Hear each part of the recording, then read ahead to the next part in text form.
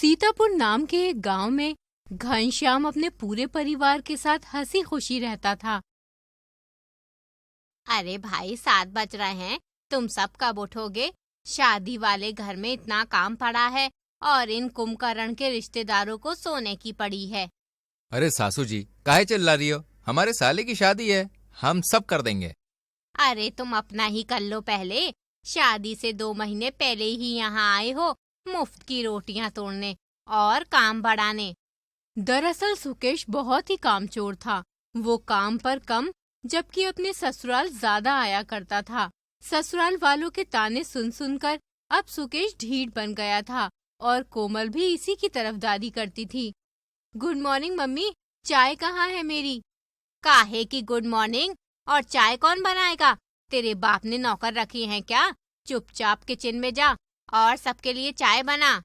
ओफो, मेरा तो ससुराल और मायका दोनों ही बेकार है। नाश्ता करने के बाद पूरा परिवार शादी की तैयारी में लग जाता है और दोनों की धूमधाम से शादी होती है और सुमन अपने ससुराल आ जाती है। आओ बेटी, इसे तुम अपना ही घर समझना। तुम हमारी बहू नहीं, हमारी बेटी हो। हाँ हाँ, बेटी हो और बेटी की तरह ही अब तुम्हें घर को संभालना है। भाई मैं तो पराये घर की हूँ, मैं यहाँ किसी काम को हाथ नहीं लगाऊंगी। सुमन कोमल की बात शांति से सुनती है और अगले ही दिन से घर का काम करना शुरू कर देती है। अरे भाभी, आप सुबह सुबह किचन में? हाँ, मैंने सोचा जल्दी से सबके लिए नाश्ता बना दूं। आप क्यों परेशान हो रही हैं? अरे कोई बात नहीं। सुमन सबके लिए नाश्ता बनाकर टेबल पर सजाती है जबकि कोमल और सुकेश खर्राटे मारकर सोते रहते हैं। फिर दोपहर 1 बजे। गुड मॉर्निंग मम्मी डैडी जी। अरे कामचोर, ये मॉर्निंग नहीं दोपहर है, दोपहर। ना जाने तुम और तुम्हारी बीवी कौन सी घुट्टी पीकर सोते हो कि उठने का नाम ही नहीं लेते। माँ, सुबह सुबह लेक्चरबाजी मत करो। नाश्ता कहाँ है? ये रहा नंद जी, आप टेबल पर आकर खा लो। ओ वाह, छोले भटूरे, जलेबी, कचौड़ी। अब तक ससुराल में ताने ही खाता था, पर भाभी तुम्हारे आने के बाद लगता है अच्छे दिन आने वाले हैं। कामचोर सुकेश और उसकी पत्नी सारा नाश्ता चट कर जाते हैं। वैसे सुकेश बेटा, क्या सोचा? मेरे ख्याल से अब तुम्हें कोमल को लेकर अपने घर जाकर काम पर ध्यान देना चाहिए। अरे डैडी जी, काम तो होता रहेगा। मैं सोच रहा हूँ कि थोड़े दिन नई भाभी के हाथ का खाना और खा लूं, फिर तो हमें अपने घर रहना ही है। कभी कभी तो लगता है हमने सुकेश भैया को गोदी ले लिया है। भूत प्रेत की तरह इन्होंने हमारे घर पर डाका ही डाल दिया है। ससुराल के लाख ताने सुनने के बाद भी सुकेश पर रत्ती भर असर नहीं होता और ये फेविक्विक की तरह यही जमकर रहता है। अरे मम्मी, आज शाम को क्या बनेगा? हमारे पति परमेश्वर का तो मन वेज बिरयानी और छोले भटूरे का कर रहा है। प्लीज भाभी से कह दो ना, बना देंगी। आज तो भाभी की छुट्टी है, आपको ही खाना बनाना पड़ेगा। हाँ, बेचारी ने कल कितने कपड़े धोए थे, पानी में रहने की वजह से बुखार ही हो गया। चलो तो कोई बात नहीं, फिर दाल ही बना लें। रीना, भाई मेरे हाथों पैरों में भी दर्द है, मैं तो सोने जा रही हूँ। आज रीना तुम किचन में क्या कर रही हो? सुमन कहाँ है? अरे भैया, भाभी की तबीयत जरा ठीक नहीं है, इसलिए वो आराम कर रही हैं। सुमन, अगर तबीयत ठीक नहीं थी तो तुम मुझे बता देती, मैं जल्दी घर आ जाता। अरे नहीं। चलो आज मैं तुम्हारा मूड और तबीयत दोनों ठीक कर देता हूँ। हम दोनों डिनर पर चलते हैं। नहीं नहीं, घर वाले सोचेंगे मैं काम से बचने के लिए तबीयत खराब का बहाना लगा रही हूँ। राहुल सुमन की एक नहीं सुनता और दोनों घूमने चले जाते हैं, लेकिन कोमल इनके जाते ही घर में हंगामा मचा देती है।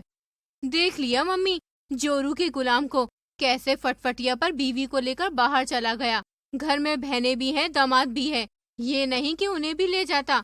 तबीयत खराब का बहाना तो सिर्फ खाना बनाने के लिए ही था। इस तरह सुमन और राहुल के लौटने तक कोमल हंगामा मचाती रहती है। लो, आ गए तुम्हारी आंखों के तारे। क्या हुआ सुमन? अब तो तबीयत एकदम हरी भरी हो गई होगी, सैर सपाटा जो करके आई हो। क्या हो गया दीदी, क्यों बात को बढ़ा रही हो? तुम्हें और सुकेश भैया को भी मैंने खूब बाहर होटलों पर खाना खिलाया है। सुमन तो मेरी पत्नी है, मैं उसे नहीं ले जाऊंगा तो किसे ले जाऊंगा? कोमल देख लो, अब खाने के ताने मिल रहे हैं। हाँ हाँ, अब मैं इस घर में नहीं रहूंगी। नहीं नहीं सुमन, हम यहाँ से नहीं जाएंगे, आखिर इस घर में तुम्हारा भी तो हिस्सा है। कोमल सुकेश की बात सुन घर वालों से अपना हिस्सा मांगने लगती है। अब तो मैं इस घर से तभी जाऊंगी जब मुझे मेरा हिस्सा मिल जाएगा। इस लड़ाई झगड़े के बाद कोमल सुमन से काफी रूखा रूखा व्यवहार करने लगती है। भाई कुछ लोगों की किस्मत भी खूब है, झोपड़पट्टी से निकलकर महलों में आ गई। हमारे भाई पर ऐसा काला जादू कर दिया है कि अब तो वो जोरू का गुलाम अपनी पत्नी के पल्लू से ही बंधा रहता है। एक हमारी किस्मत है जिसमें बड़ा सा छेद है और ना जाने ये कब भरेगा। सुमन कोमल की ये जहरीली बातें सुन अपने कमरे में रोती हुई चली जाती है और राहुल को पूरी बात बताती है। माँ पिताजी, आज से मेरी पत्नी कोमल दीदी और सुकेश भैया का कोई काम नहीं करेगी, वो सिर्फ आप लोगों का ही खाना बनाएगी। जोरू का गुलाम कैसे रट्टू तोते की तरह अपनी पत्नी की जुबान बोल रहा है। आज से मेरा सुकेश हम दोनों के लिए खाना बनाएगा। सुकेश भी बीवी की बात मानकर खाना बनाना शुरू कर देता है और किचन में सारा सामान फैलाकर चला जाता है। हे भगवान, किचन का क्या हाल किया है इस कामचोर ने, और ये आधा लीटर तेल एक बार के खाने में ही खत्म कर दिया। मैं तो इन दोनों से बड़ा परेशान हो गई हूँ। ना जाने कौन सी घड़ी में मैंने इसे अपना दामाद बनाया। कोई बात नहीं माँ जी, मैं अभी साफ कर देती हूँ। हर रोज सुकेश इसी तरह सुमन का काम बढ़ाता, लेकिन सुमन उससे कुछ नहीं कहती। पर एक दिन, बहुत हो गया ये रोज रोज का झंझट, अब मेरी इस किचन में सिर्फ सुमन ही जाएगी। कोमल और उसके पति ने तो किचन को भंडार खाना बना दिया है। घर में वैसे ही तंगी चल रही है। सुमन, खाना बनाकर किचन को बंद कर देना। सास की आज्ञा मानकर सुमन किचन में ताला डाल देती है और सुकेश जब किचन में खाना बनाने जाता है तो उसका ताला देखकर खून खौल उठता है। कोमल, ओ कोमल, जरा यहाँ कर तो देखो, हमारा खाना पीना भी अब इस घर को खलने लगा है।